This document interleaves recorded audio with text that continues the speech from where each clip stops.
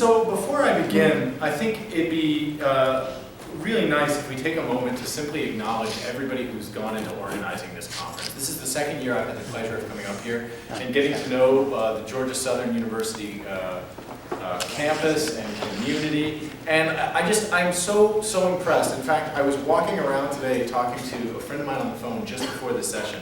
And I said, you know, when I go to this, every year when I've gone to this conference, last year and this year, I'm struck by the same feeling, which is if only actually professional, collegiate level conferences were run the same way. I mean, I think many of your professors can tell you oftentimes when you're at a conference, you feel as if it's dominated by sort of jockeying for position and ego and point scoring, and there's not like a sincere, earnest, attempted inquiry. And when people ask questions, they're interested in making you look foolish, as opposed to sincerely saying, oh, that's curious and that's interesting, or trying to help you with your argument. And one thing I can say about this conference every year is that it's dominated by a spirit of just generosity and openness. And I think that is directly attributable to those who organize it, who have always pulled it off with a plum, who've always done it with grace and with panache and with flexibility. And I just think we need to acknowledge all the faculty, all the staff, and all the students here at Georgia Southern University who made that possible. So let's give them a round of our applause.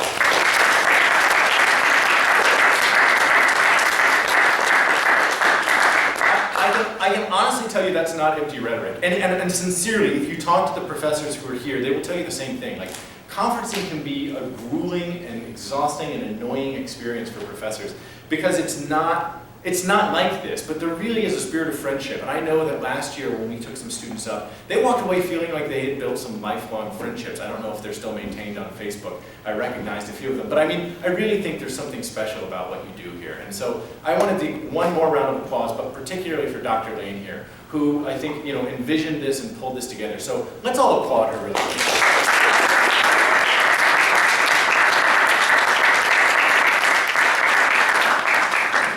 So when Dr. Lane asked me to speak, she said, there were two conversations. The first, she said, look, it's going to be the last session. It's the closing plenary session.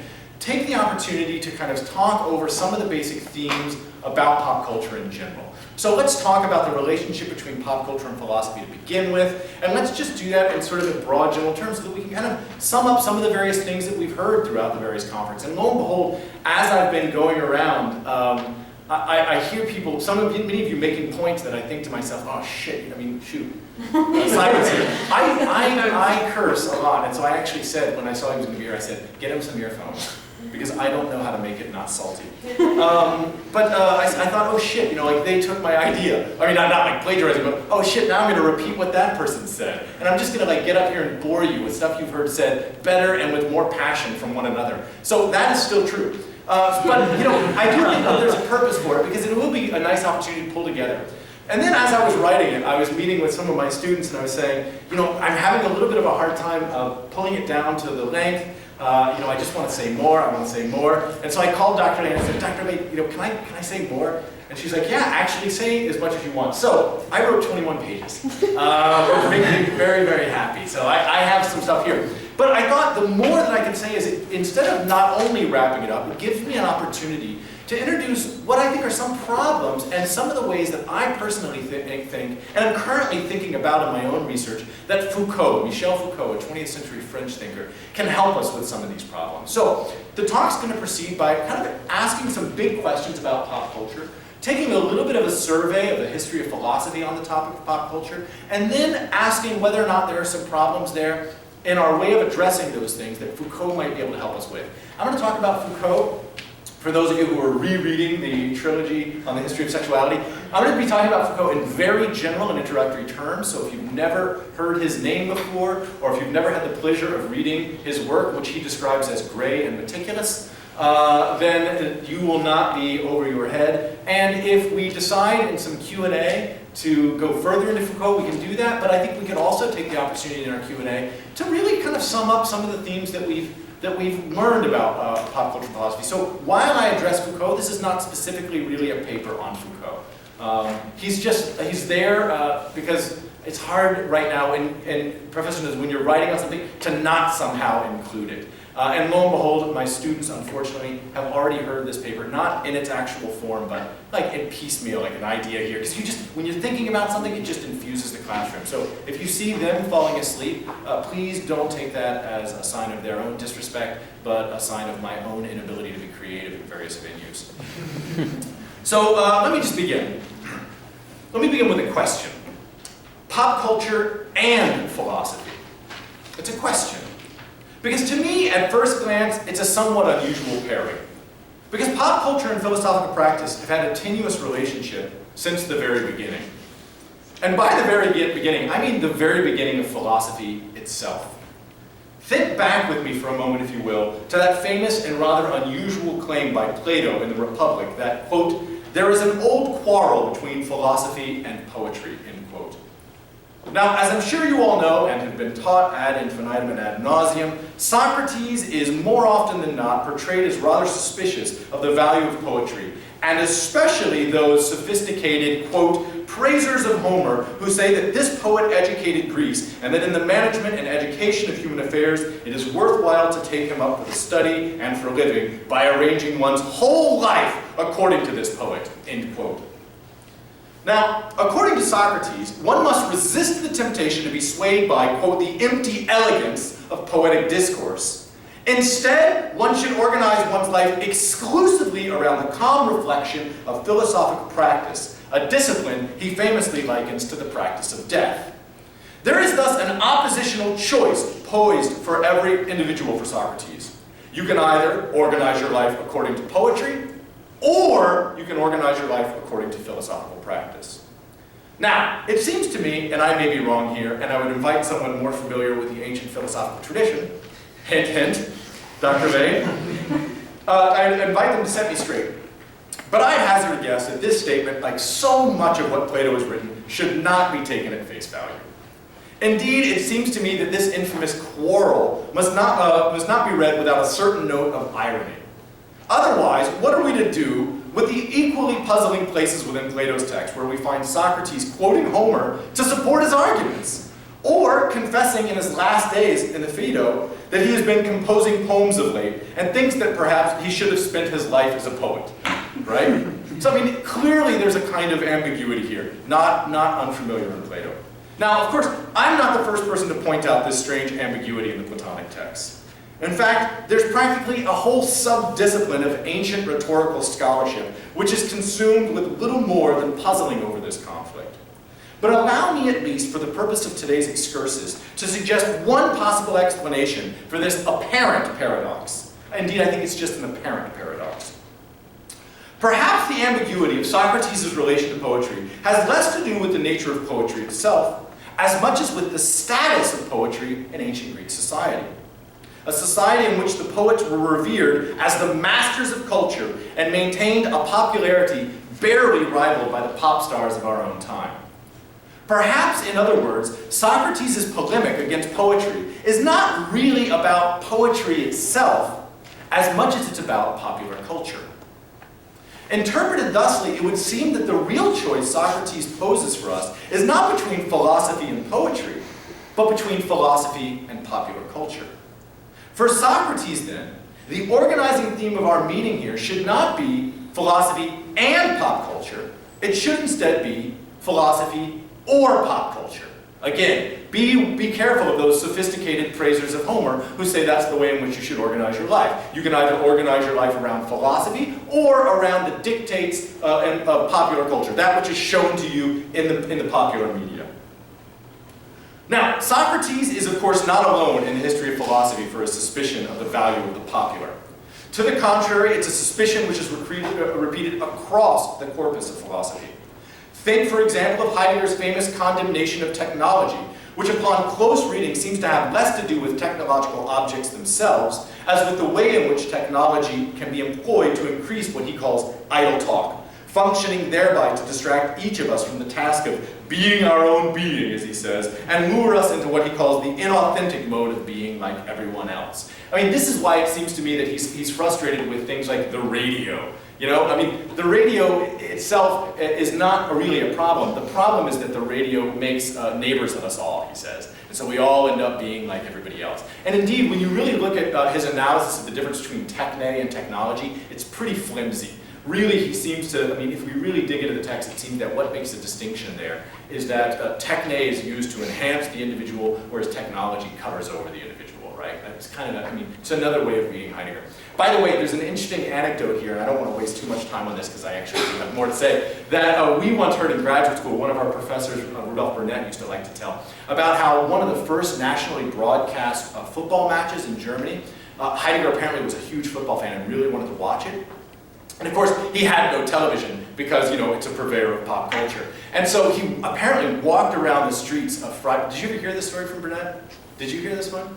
Apparently he walked around the streets of Freiburg banging on his students' doors and demanded, do you have a television? Do you have a television? And of course, when they saw him coming, he turned down the volume of the television and said, no, Herr Heidegger, we recognize that technology, you know, corrupts us. And so apparently he spent the whole evening frustratedly walking around when all the man wanted to do is watch television.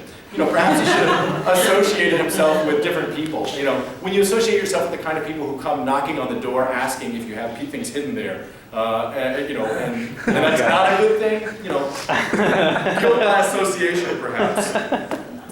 Okay, but Heidegger's not the only one.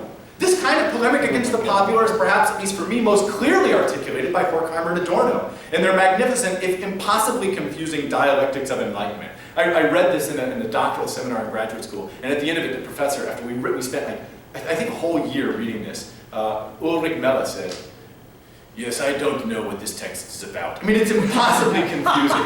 We spent a full year on it. Okay, but there is one chapter which is pretty clear. There, in the often anthologized chapter on, quote, the culture industry, Horkheimer and Adorno detail how popular culture can work to, quote, infect everything with sameness. Indeed, they claim the function of the culture industry is to manufacture an ideology of stasis and complacency. The culture industry, they write, with its tame amusements and heroization of the average, these are their quotes, right, represses the otherwise indomitable hunger for justice within the individual, offering in its stead a surrogate, which they call fun. It's just a surrogate for freedom. In this way, Horkheimer and Adorno conclude, popular culture subdues our instincts for revolution, this is their quote, and must therefore be resisted with great vehemence. You can imagine this. You can imagine coming home from working your horrible job and then just like turning on what they call the boob tube, right? Because it turns you into a couch potato. It amuses you with fun, thereby sort of distracting you from your indomitable hunger to rise up against, you know, your oppressive sort of machine job that systematizes you, etc. In contrast to the popular, Horkheimer and Adorno praise what they call de-aestheticized art. Cultural products which do not lure us into the homogeneity of a placid and false ease, but which instead challenge us to think and awaken to a full consciousness of our situation in history, and inspire us to change the conditions in which we find ourselves. I have another anecdote here, if I may. Do you mind if I just go off topic again? This is perfectly exemplified in this great Marxist that we knew at Leuven. Oh, you worried about time? Oh, no, I just want the phone. Oh, to call people. Yes. All right, we knew this fantastic Marxist at Leuven that all three of us knew. His name was Lucas, and he ran this bar called the Amade, in which he insisted exclusively on playing classical music. And in fact, he was very particular about what classical music he would play. If you wanted to play Beethoven, he'd say, no, that's too popular. He would play like Stravinsky's Rite of Spring. And the reason was, if you asked him, because he believed that only ugly music like that would raise class consciousness. He really thought. And he wore red all the time. He had this big white beard. The guy looked like Marx. He died of a heart attack playing tennis in all whites. And I thought, that's a kind of ignoble way for a Marxist to go, like all the classes sports. But that's a good example of the idea of a de-aestheticized art that's going to raise us up. But notice, it's always high art. Yeah? These de-aestheticized arts. It's not popular. Nobody like goes around jogging to Stravinsky's Rite of Spring. You know, you listen to Whistle Baby or whatever. I don't. What's the song? What's it called? Don't act like you don't know. I just heard it. Somebody over there. Huh? Flow Rider, whatever. Yeah, but it's popular. Okay. Now note something. In all these cases, from Socrates to Adorno, while popular culture is critiqued and condemned, it's not belittled. It's not treated as a passive object of contemplation. Instead, this traditional critique of popular culture hinges on a recognition of its active agency, its power and potency to manipulate and mislead us. That which is popular, these thinkers think, has the ability, by virtue of its popularity alone, to control and misdirect us without our awareness or assent. What we consume in culture is not inert nor passive, they warn us. It has the ability to exercise a productive power over us, to prescribe a way of life that may not be in accord with our best interests or our own most nature. So it is the philosopher's duty, they think, to awaken the otherwise blindly consuming masses to this potentially disastrous agency hidden within the popular. This is, of course, a challenge to the way that we typically interact with cultural products. Typically, we cast ourselves as the active agents in our interaction with cultural products, conceiving of them as little more than passive objects, objects that we are able to enliven through our interpretation and analysis, but objects which on their own have no innate power. So it is that we see the television shows we watch and the music we listen to not as productive of who we are, but merely as mimetic storehouses of the contemporary. Signs of the times, as it were. Signs that we can take up and analyze and employ to our own purposes, perhaps, but ultimately nothing more than artifacts of the now. We don't think that what we watch changes us. We just think, oh, it's just a fun time. Now, it's interesting to me that it's precisely this sort of viewpoint which is exemplified in the relatively recent reemergence of pop culture studies in the academy. An emergence which has eschewed the traditional condemnation of the popular, and which, in contrast, has elevated and praised products of culture as high art. Indeed, I recently met a young graduate student in the modern language department of a very eminent American university, whose entire doctoral thesis revolved around the argument that the Batman comic books were the current cultural equivalent of Milton's Paradise Lost. So for him, DC comic books are Milton. Now, the irony of this student's position, and indeed even the position of such eminent scholars as Roland Barthes or Umberto Eco, is that while the status of the popular is elevated in one way, there's a simultaneous degradation of the inherent power of cultural objects. Indeed, it seems that in the elevation of the value of the popular, is high art, many of these scholars simultaneously diminish the power of the popular. So it's valuable, but it doesn't really have any innate power. So they treat it as nothing more than the kind of artifacts we were just discussing. Artifacts that don't produce anything, but merely reflect that which already is. It seems to me that as if in the elevation of the popular to the status of high art, it somehow enshrines the art behind the velvet ropes of the gallery, where it can do little more than hang on the wall, although perhaps now in the form of a flat-screen television, right? And be viewed passively, like we do, right? We walk around the gallery, we see it as nothing more than a passive artifact, mimetic of its times. So we look at, a Renaissance painting, we go, isn't it interesting the way that the human being is elevated and shown in a new dignity that it didn't have in medieval art, etc. But we're as if it's just sort of laying there passively. So there's a strange irony, simultaneous elevation of the value, degradation of its power. Degradation of its power, degradation of its value, elevation of its power. Now, by linking pop culture and philosophy in the title of this conference, there's already a tacit recognition that the traditionally assumed boundary between the realm of the popular entertainment and the realm of philosophical reflection is artificial, right? So we recognize that. This is a strange history that these two have, right? And that we should not be so quick to condemn that which is popular or simply reject it out of hand, as perhaps Socrates or Heidegger would have us do. It remains to be seen, however, in what way we, the participants of this conference, have been addressing pop cultural phenomena. Have we been treating the products of popular culture as merely passive objects, which active philosophical reflection can enliven? Or have we been treating these artifacts as agents, working silently over those who consume it passively? Of course, as you might have guessed, it needn't be either. It could instead be both. That is, we could attempt to treat pop cultural phenomena as valuable, mimetic reflections of our times, while simultaneously recognizing that in giving a true reflection of our times, the popular may simultaneously produce those times. Now that seems strange. In reflecting the times, it produces them. That is, perhaps we can attempt to attune ourselves in the way in which the popular, by attempting to describe life as we live it today, may in fact prescribe a way of life, thereby exercising a productive power over us. A power which we may not want to reject outright, as Socrates and Heidegger do, but we should nevertheless be aware of, and perhaps even be cautious of. Now, I would suggest, and here's where I think Foucault is helpful, that precisely such a position can be found in the work of Michel Foucault. So here's the Foucault part. Foucault is occupied throughout his work, whether in his analysis of madness, the birth of the clinic, the prison system, or sexuality, with the way in which our contemporary existence and understanding of ourselves has emerged, has become what it is today. As Foucault clearly states in contradiction to those who pegged him as a philosopher of the perverse, which is actually in the 80s what people thought he was. He's just interested in dirty little secrets, you know. The prison system, sexuality, the guy's clearly a pervert. I'm not saying he's not.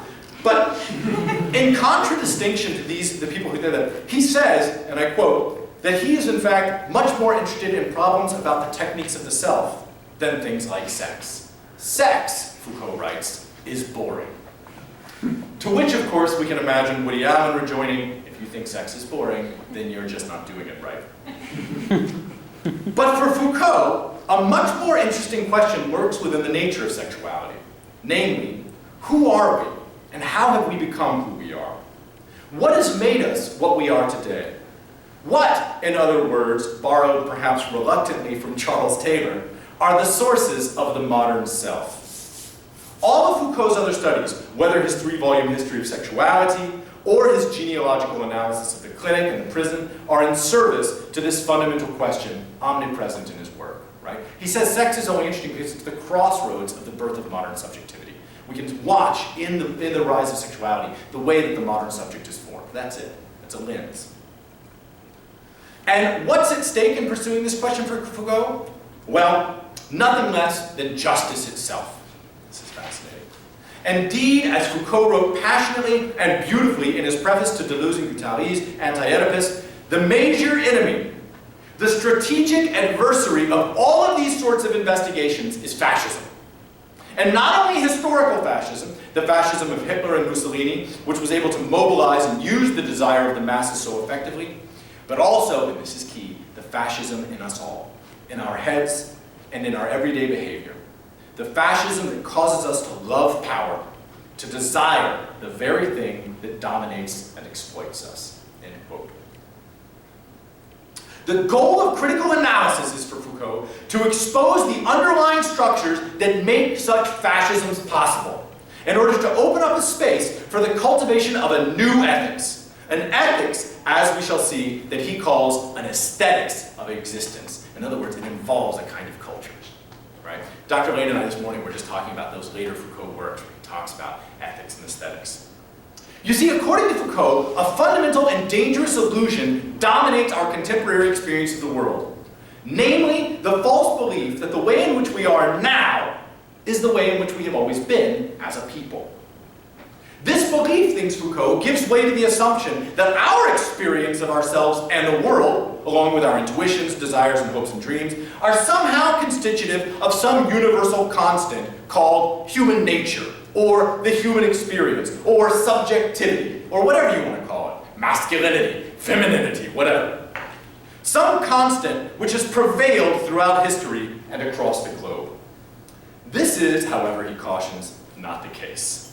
And, as Foucault shows us time and time again throughout his work, the way in which we think of ourselves and experience ourselves is not natural nor eternal. It is not the outworking of some genetic code or biological necessity. Nor, bear in mind, even your body does not determine who you are. Some genetic code doesn't determine the way in which you live. Nor is it the result of some spiritual or metaphysical destiny. Some form doesn't determine the way in which you are. The way in which you are is instead, he insists, the product of history. Something, in the words of my favorite madman mystic Alan Watts, that the whole world is doing. Your experience of yourself as a modern subject is not, thinks Foucault, the same experience as that of an ancient Greek citizen, nor is it akin to that of a medieval peasant. For you are the inheritor of a very particular political history, just as they are the inheritors of their own political history. And it's a different history. Foucault's goal, then, is to investigate that history and reveal the structures underlining and defining the modern experience of subjectivity. This, in order to free us from the illusion of the universality of our experience, and therein, what we could call the dictatorship of the now. Hopefully you'll hear the resonance with the idea of fascism. The belief, in other words, that we are determined by who we are, determined by who we find ourselves to be, who we are now. That we must be the way we are now. That it's necessary, and that we could not be otherwise. You can see how that's a kind of dictatorship. By the way, I'm certain that Dr. Lane here, as a scholar of the ancient world, teaches you constantly, time and time again, as we read these ancient texts, we always have to chip away at our understanding. Like when we read Plato say that desire carries us, we can't read desire and go, oh, I know what desire feels like. He means desire, a very different thing than we mean by it. And we have to be careful not to sort of read our own experience into that. I mean, in some sense, this is anthropomorphizing Plato. We take our modern understanding of what it means to be human, and we say, he must feel that way. In the same way we look at the cat, and we go, the cat must feel the same way I do. But Plato's not a human in the same way we are. Plato's a totally different object. Yeah? Does that make sense? Okay. For Foucault, the modern experience of subjectivity, so we need to investigate the history of our modern experience. For Foucault, the modern experience of subjectivity begins with a transformation in the expression and experience of power that's initiated in modernity, right? In the scientific revolution, in these sorts of things. What changed in modernity, as Foucault meticulously documents, is the way in which political power, which up to that point had been attached to a sovereign ruler, say to a king, queen, or prince, is dissipated and becomes displaced, moving from being localized in a single sovereign body who dictates as if from above to the polis, yeah? It moves from that to the polis itself, which governs itself from beside and from within, yeah? This is the birth of what Foucault terms modern governmentality. It's the birth of what he sees as a kind of self-regulating political machine. Now, I mean, you guys can think of this, but a very obvious example of this kind of transformation is the birth of the idea of democracy, right? The idea that we will self-regulate, we will organize ourselves. Now, for those of you who've taken ancient philosophy, you go, wait a second, in the ancient world they had democracy. And Foucault says, yes, but that's still a dictatorship. He says that's still an organization of sovereignty, because the only people who could vote in the ancient Greek civilization were still a kind of oligarchy class, the wealthy, the male, the landowner, etc. And in fact, he even says in the birth of American democracy, it was modeled on that, which is only by white landowning males. But the ideal, nevertheless, was to move off of some sovereign body, even if it's a politburo or group, onto the people itself. So you can imagine the idea of direct democracy being a manifestation of this. Now, for his own sake, Foucault doesn't use democracy as an example. I don't really know why, because it's so obvious. Instead, he uses a very, very famous example to show this, which is Jeremy Bentham's architectural designs for a new prison system, the now infamous panopticon. You can find this in Foucault's Discipline and Punish. Now, for those of you who don't know, Bentham's panoptic prison works by creating the illusion for the prisoner of constant surveillance. In this way, Bentham hypothesizes, the design of the panopticon displaces the regulatory power usually exercised by a guard onto the prisoner him or herself. Not knowing whether he or she is being observed, the prisoner, Bentham thinks, would assume responsibility for his or her own behavior, all the while believing that the power that he or she experiences comes from without. Right? They experience power, but this power is coming from within. It's self-regulatory. The guard, the sovereign, doesn't even need to be there all the time, Bentham says. By creating a system of a feeling of observation where we're all seeing each other, and I see myself being seen, I start regulating because I don't know if I'm being observed, right? So you don't even need a sovereign at that point. You see the way that the power which a sovereign did have gets displaced onto the body polis itself? Are you following this? For Foucault, the panopticon serves as the perfect allegory for the experience of power in the modern world. The modern subject, free from the tyranny of a sovereign power, must assume responsibility for the regulation of its own life. Nevertheless, this assumption is somehow masked from the modern subject, such that while it feels controlled, and indeed it is by its own recognizance, it nevertheless experiences its power, the power it experiences, as if it's coming from elsewhere, from some invisible agent located beyond the self. To make this clearer, think of the way in which we all, every one of us, whether Republican, Democrat, or anarchist, feel frustrated with and stifled by governmentality in America.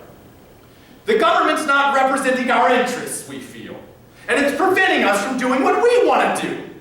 And yet, all of us, at least those of us who vote, Tyler, are responsible precisely for the nature of that government which we feel represses us.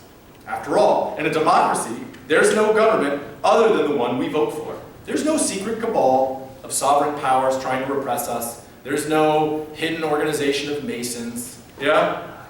None of this stuff is real. Yeah?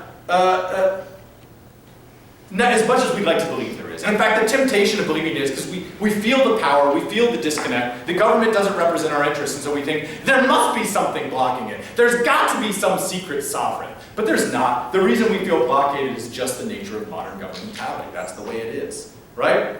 There's no conspiracy, just as there's no guard in Bentham's panoptic tower.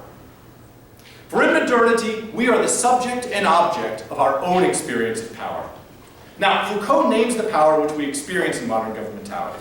That is, this process by which the modern subject governs itself, not out of fear of a sovereign, but in accordance with some seemingly foreign and yet internally regulative principle, something we take on. And he calls it, famously, normalization.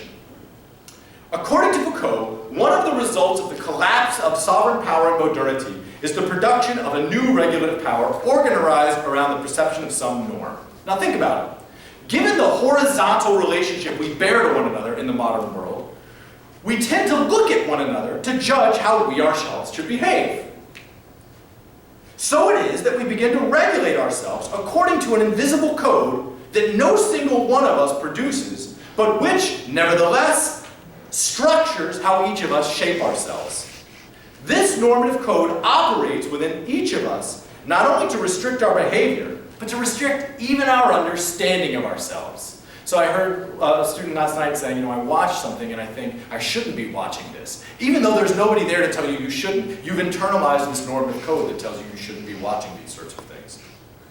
Does that make sense? And of course, if you said, who told you you shouldn't? There's no one there. You might believe, oh, you know what it is? It's the secret, the liberal media, or it's the right-wing conspiracy. No, those things don't exist. It's just this invisible code, man. In this transition from sovereign power to normalization, another transformation appears according to Foucault. In modern governmentality, what was once the sovereign's power over life, that is, his power to take life or grant mercy, now dissipated over the polis and transformed through normalization, becomes the power to manage life and improve it. What we're interested in doing in the modern world is not regulating behavior and with the threat of evacuation of life, obey or we kill you. No. We want to regulate your behavior so that we can enhance life. We can live a better life.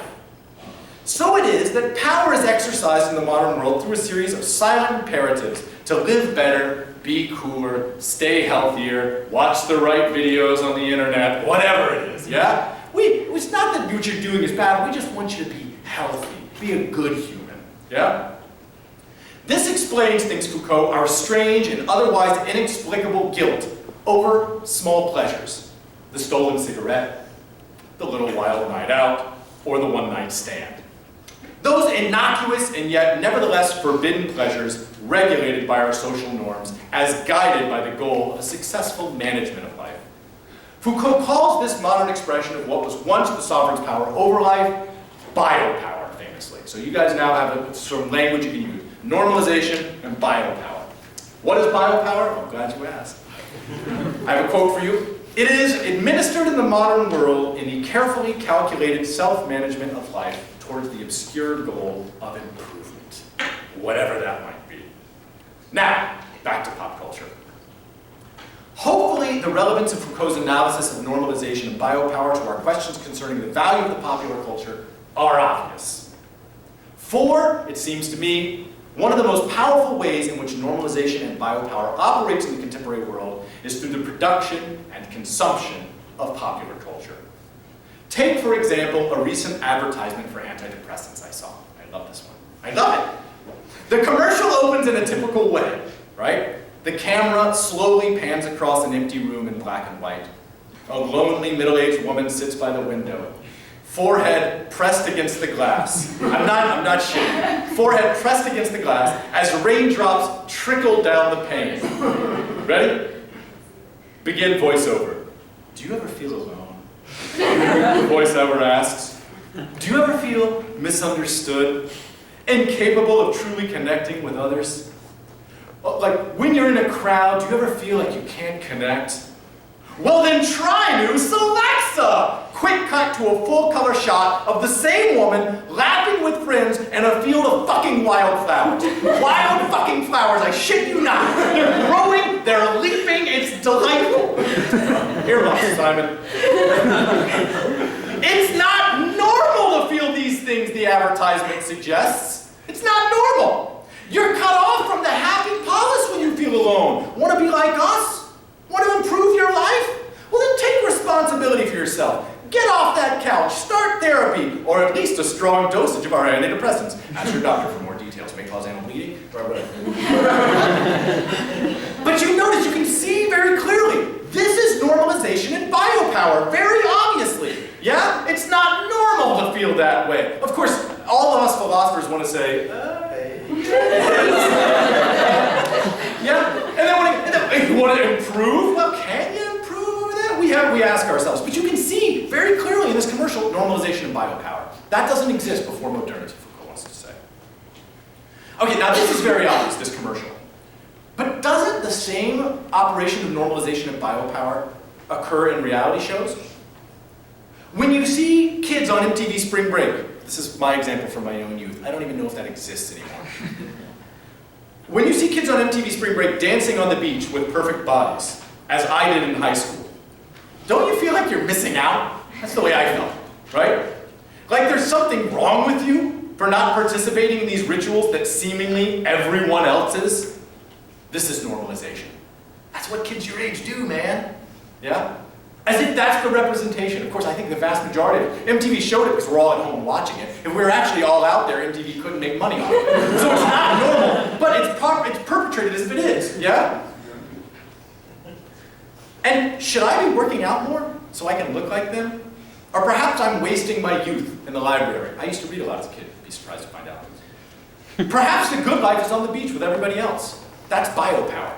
I mean, I remember, and tell me if I'm wrong, I remember feeling like I was the last virgin on earth as I watched MTV. I was like, all the kids are having sex but me. But of course they can only perpetrate that lie because all the other kids are at home thinking the same damn thing, right? Now, popular culture, by reflecting back to us the values of our time, unintentionally functions to prescribe a norm, which exercises a regulatory power. You see? So all of a sudden next year, more kids actually go to spring break because they think that's what happens. And you can actually watch the statistics of people who attend these things in Florida, and you'll see they think that's where everybody is, so they go. So like Daytona spring break is now the huge thing. Why? Because that's what everybody does. Normalization and biopower. I have to do that to live the good life. Now, think back to the way we just discussed feeling alienated by our government. Pop culture seems to work in the same way. For while we produce pop culture, we determine its content by how we vote with our consumption of it. If something's not popular, if people don't watch it, it's not going to keep getting produced. So we determine its content. Nevertheless, it functions to normalize over us by propagating those values in its reflection and repetition of it. So we say we like this, they show it more, and then we assume, well, that's just what everybody's doing, and I'm the one who's not. So then we adjust to it. So you see, it's both active and passive. Our interaction with it is both, we both control it and it controls us. So it is that as much as pop culture reflects the times, it simultaneously exercises a normalizing biopower over our experience of the times. And haven't you seen this, by the way? How real was reality TV when it first emerged? And how real is it now? Don't you see what was once just on television surrounding you more and more in your towns and colleges? This is a testament to the normative power of pop. Listen to your friends. Don't you hear them talking about how honest Gossip Girl is? How well it represents their lives, concerns, and desires, even though they probably live in rural Georgia or Florida and are broke? Like, oh, it's so real, and then they imitate it. I mean, I see 30 and 40-year-olds saying that about Sex and the City a few years ago. We had this conversation, like, You know, oh, it's so real. Like, oh, me and my friends always get together and drink appletinis. No, you don't. It's like, there aren't, like, and now every certain, anyway, whatever. So, ever notice how quickly we adopt the fashion and speech pattern of the principal characters of the television shows we watch that are popular? This is expressive of what modern governmentality is for Foucault. It's the leveling work of normalizing biopower. Hopefully you hear leveling and you go, oh, that's kind of like what Kierkegaard talks about when he talks about, you know, press. Now, make no mistake, the recognition of the power exercised by pop culture would not have inspired Foucault to reject it wholesale, as it did Heidegger, Horkheimer, Adorno, and Socrates. To the contrary, Foucault consistently avoids such evaluative moves in his work, and is almost, to the consternation of my student Andrew Osborne, he's almost pathologically reluctant to privilege one mode of life over another. And after all, normalization and biopower are not bad, he thinks. They just are. They're the way in which the structures of power in our contemporary experience world are mediated. It's just how governmentality works now. So it's naive to think that we could ever escape them, for they're the very constraints that create the dynamics of the modern political life that creates the self that we would even seek to liberate. Yeah? We should, he cautions, however, be aware of those powers. And this, for me, is where the rubber meets the road. For while normalization and biopower are not necessarily bad, when the norms and regulations propagated by them are adopted wholesale and obeyed entirely, they can lead to what Foucault calls a state of domination. A state which, as we saw earlier, Foucault compares to fascism. So a bit on the state of domination. We're near the end. The state of domination results, thinks Foucault, when an individual becomes entirely dictated by public norms and disavows any possible deviation from them, either in themselves or in others. So in other words, they're wholly convinced that this is what it is, so they won't allow themselves to experience other ways of being, and if they see others experience other ways of being, they go, hey man, that's weird. Yeah? Or maybe they'll even pass laws against it. Yeah? Don't cross-dress in public, or whatever. In the privacy of your home, it's okay. That's a state of domination. This is clearly a danger that we must protect ourselves against. So it is, thinks Foucault, that the chief ethical responsibility of the modern subject, and Foucault starts talking about this in his later seminars, Dr. Lane and I were talking about this, he starts really in kind of 1978, 1979 with his lectures at the Collège de France on governmentality. He increases it in 79, 80, really 80 through 84 at the end. This is his key thought. And you almost get the impression that he knew he was getting sicker, and he felt the need to really, there was some urgency in creating an ethics. And the third volume of the History of Sexuality, which came out quite a bit later than the earlier two volumes, is representative of the beginning of that. But really, go to those lectures, which have just recently been translated in English, which always makes me feel irrelevant. Like, I read them in French, I thought that made me special. All right. So it is, thinks Foucault, that the chief ethical responsibility of the modern subject is to cultivate what he calls, echoing the Stoic philosopher's concern, I'm going to butcher this, Dr. Lane, concern for epilimea hemiautu, or care for the self, what he calls a techne taobiu, a technique of the self. That is, a means of resisting the possibility of this state of domination, a means of resisting the temptation of fascism. Again, it's a temptation, even within us all, right? Deleuze and Guattari write, Deleuze and Guattari and Foucault are kind of like Janus head of the same project, right? But they write, the masses demand, do you remember this? The masses demand a dictator, the masses love a dictator, right? So we have to resist this by cultivating what he calls these techniques for the self. That's the only way we can resist domination. By cultivating a certain self-adopted disciplines and practices, Foucault suggests, one can begin to exercise a kind of counterpower against the normalizing regulative power of the popular. Such techniques function, he argues, to, quote, carve out a space of freedom for the self within the polis. Now note that such techniques and disciplines of the self, while fundamentally forms of resistance to the norm, are not aimed at rejecting that which is popular as bad, nor fleeing from it. You're not saying it's bad, okay? You know what I mean? That's not what you're doing. Instead, the aim of these techniques, these practices, yeah, is to open up a critical distance from the norm, A distance in which an individual can examine how their experience has been determined by it, so as not to be entirely dictated by it. Dora, throughout the conference, keeps saying, these things don't happen in a vacuum. They don't happen in a vacuum. And that's Foucault's whole point. We need to practice these techniques of ourselves so that we can take a distance, so that we see the conditions by which domination has arisen. Yeah? Because there's no vacuum there. This is how we begin to resist the state of domination. The latent yearning for fascism within us all. Foucault thinks that this, and this is where I think it's fascinating. Foucault thinks that this, and we've only got 2 pages left, this, or something like this, is what Kant prescribes as the emancipatory aim of the practice of Enlightenment thinking. Make no mistake, people go, oh, Foucault, postmodern, whatever. Kant and Foucault are twin brothers. Foucault loves Kant. He says as much. The Enlightenment, he argues, is, in the end, this is Foucault, best articulated as a refusal to be determined. A refusal it announces by critically investigating the conditions of its own existence.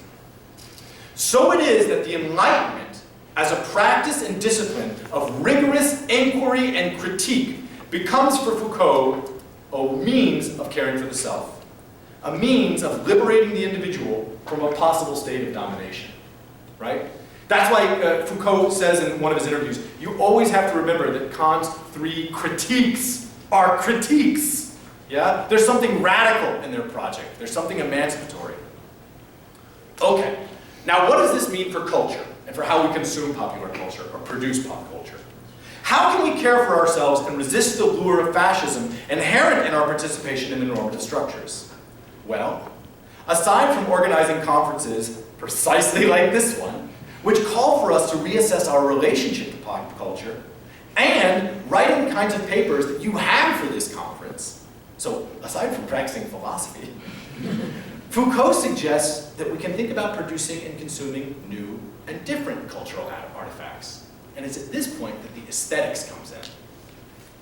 Foucault calls this development of an aesthetics of existence, that's his line, an aim he thinks, Foucault calls this development an aesthetics of existence. And it's an aim he thinks is observable in countercultural artistic movements. His most famous example is avant-garde literature. According to Foucault, countercultural artistic movements are an outworking of the same impulse that fueled the Enlightenment, namely the refusal to be determined, an articulation of protest. In fact, he says their voice says, I protest. For Foucault, this is exemplified, to bring it back to poetry, all the way around, in the surrealist work of Baudelaire, a figure who, in his emancipatory artistic projects, he explicitly relates to Kant. Indeed, Foucault, almost every time he talks about Kant, will immediately start talking about Baudelaire. And almost every time he talks about Baudelaire, he mentions Kant. He sees those two as being engaging in the same project in 2 different ways, which is a fascinating connection. But fuck Baudelaire. Because Baudelaire is dead. What countercultural movements exist to aid us in our contemporary care for the self? Well, I can't speak to you, because I'm not part of your generation. But I can speak about my own. And for me, it was punk rock, a comparison which I realized makes strange bedfellows of Kant and Sid Vicious. The goal of punk rock was not to produce its own cultural norms. Its project was not that positive. It did not propagate new ideals or regulations, nor call for a regulation in the definition of what constituted the good, right? Screw that. Punk rock did not have a manifesto. Here, these truths we hold to be self-evident. No. Punkers didn't care about the good. Their aim was instead entirely negative. It was, in the words of the great poet Johnny Rotten, to destroy. Nothing more, nothing less. The goal is to tear down the prevailing ideals of good and acceptable behavior in music. He says we want to make bad-sounding music. Yeah? What is this, if not a distant echo of Kant's daring protest? A radical critique of the norms of the time, and a challenge to all of us to sapere aude, to think for ourselves, to dare to know, as Kant says is the goal of enlightenment. In its rejection of the prevailing cultural norms of its time, punk rock sought to carve out a momentary space of of sonic and cultural anarchic freedom. I want to be in anarchy, shouts Johnny Rotten from my past and my tape deck. By the way, I said this to somebody recently and they're like, that's not true, it's set up its own norms. If you went in a suit to a punk rock show, you would get spat upon, said one of my colleagues. And I said, yes, that's true, but if you went wearing the best punk rock clothes, you'd also get spat upon. Everybody got spat upon. That was the goal. If you're in the front row, you're getting peed on. Doesn't matter who you are. Okay, now, of course, ironically, punk rock, like Baudelaire in his term, has now become its own normative power. No questions asked. Yeah? It regulates our contemporary ideas of what's cool, or what makes good rock and roll. You hear people say, who are you influenced by? They go, oh, the Sex Pistols, the Clash. That's normative power right there, that's biopower. You see, you can't escape it. But in its own time, it was entirely avant-garde and countercultural. But this is the way things go. The counter can become its own norm in time. The question must therefore always be, as we draw this lecture to a close, what countercultural movements exist today for us to draw on as we attempt to care for ourselves? Who can we turn to help us forge our own aesthetics of existence, our own techniques of caring for the self, of protesting the possible state of domination maintained in the normative structures of the popular? What avant-garde spaces exist for us to cultivate our own freedom? And I'm going to use two examples here, drawn from two of my students. Do we find it in the hipsters' ironic adoption of the normative structures of the past? This repetition of what was normative in the past, but with a certain ironic distance, which says I'm not controlled by them? Or can it be found online, in the back alleys of internet gaming, where we're invited to cultivate a self entirely free of the regulative powers of the real world, where you can be a troll, or worse? These are the questions I'd like to leave you with today as we conclude what has been a wonderful 2 days reflecting on the relationship of pop culture and philosophy. And I hope these are the questions we can begin to have a little bit of a discussion and dialogue with. Thank you so much for your patience.